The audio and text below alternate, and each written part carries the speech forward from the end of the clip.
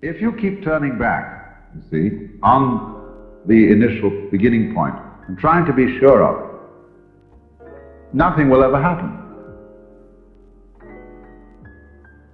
So then, whatever is the point, whatever is the ground that we are and that we take our stand upon, appears to us as not being there to give us transparency. You see, if God were visible, nobody could see anything but God. It would blot out everything else.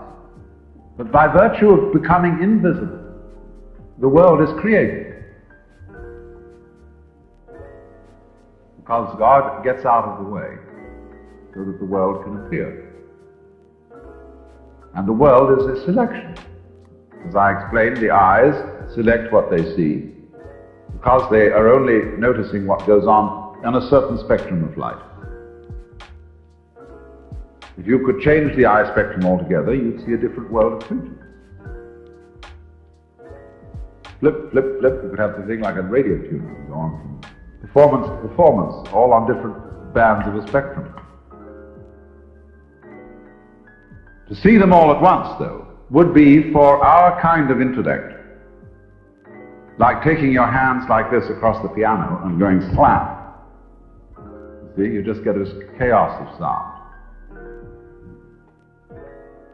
So that their being realized objects in space is partly dependent upon our using an attentive and selective type of consciousness. You see, they're the same thing. If you have a selective consciousness, you have a selective world. So putting down the 5 fingers on the piano instead of the full flat arm selects a certain pattern of sound. And you can say it's a chord, it's a melody, and so on. So when the angels play their harps in heaven,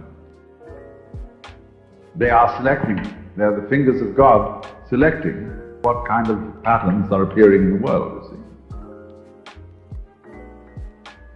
To see this, then, you go back to no thinking. The suspension of thought is, for modern man in particular, a tremendously important undertaking. This presents problems to people who are compulsive thinkers, because when they try to reach this completely non-verbal level, they think about doing it. They think, I am trying to reach the non-verbal level, I am trying to empty my mind of thoughts, I am trying to think not thinking. You feel so sorry for those people. But it is an awful problem if you have it. To get rid of it, then, one uses gimmicks. One uses methods of absorbing the individual in non-conceptual experiences.